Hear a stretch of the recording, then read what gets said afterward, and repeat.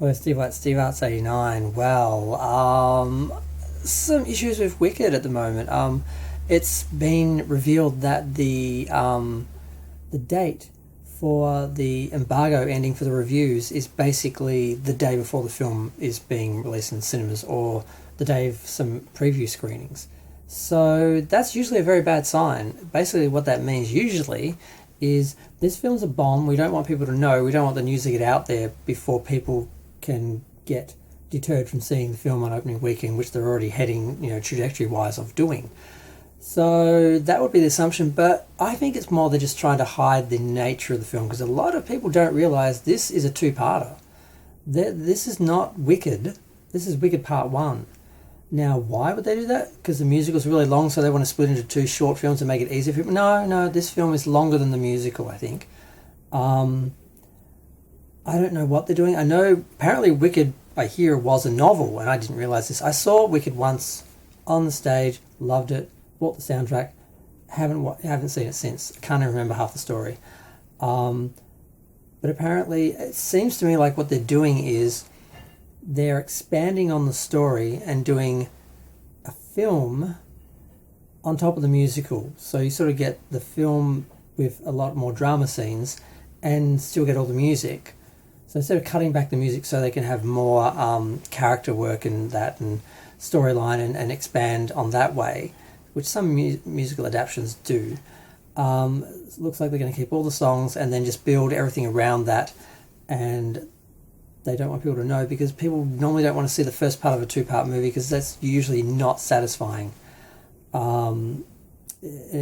Look what it did with Mission Impossible, the last film. Now they're not even calling that part two. They're giving it a whole other name and pretending like isn't part two of a part one, because a lot of people now, particularly with streaming, it's just like, oh, I'll just wait and watch the two together, or I'll wait till the second one's out and I'll watch the first one and then I'll watch the second one. It's like, it's just not a thing anymore. I don't know how trilogies are going to work and movies going forward, but a lot of movies suffer by trying to set up a trilogy or focusing on saving things for the next movie, and they don't give the best for the first film, and people are not happy with the first film, they don't get a second or third film. So I think that's what it is. I think they just don't want people to know that this is not entirely a musical. It's a musical and a drama. It's only half the songs in the musical are in it, and I think it ends on the high note of defying gravity. That's what I hear, and I'm like, well, I don't remember the film. I don't remember the production enough to remember what point that song came, or even what happens in the movie. I honestly don't remember.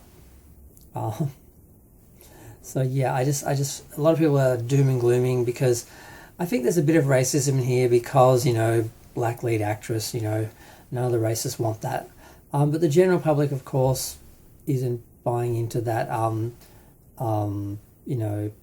Culture, pop culture wars stuff.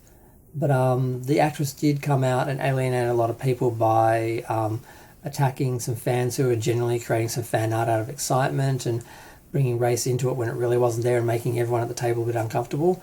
But the momentum of the film seems to have just gone right past that moment, and people are really excited for this film because despite that, there is, a generation of people who basically have seen the musical who want to see it on the big screen. And I just wonder how many of them know they're only getting half of it. But will they even care? Is it going to be like, great, I get to do this twice, I get twice as much Wicked, That's the optimistic way to look at it, and some people may, but other people might just be going thinking they're getting the musical. Because Hollywood is fine to bait and switch. As long as you pay your ticket, they don't care what you get and if you're happy. Because they don't even care about the next film, because most of the people working on the first film, they're not going to be on the second film.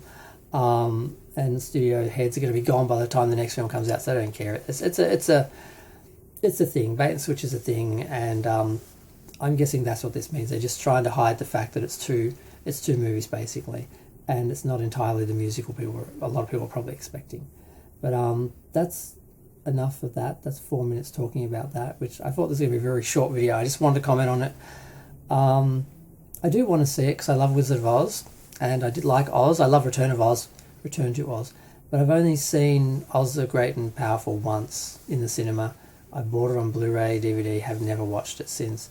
And I think the Wicked, I saw the musical once. I don't know, they're not Wizard of Oz, they're not Return to Oz. I like expanding the universe, but it's not the same. And there's things these remakes, reboots, extensions, spin-offs, they're usually not as good. They usually don't have the impact, and they usually don't live with you like the originals. So we'll see. I'm just totally speculating and waffling, and I'm going to go.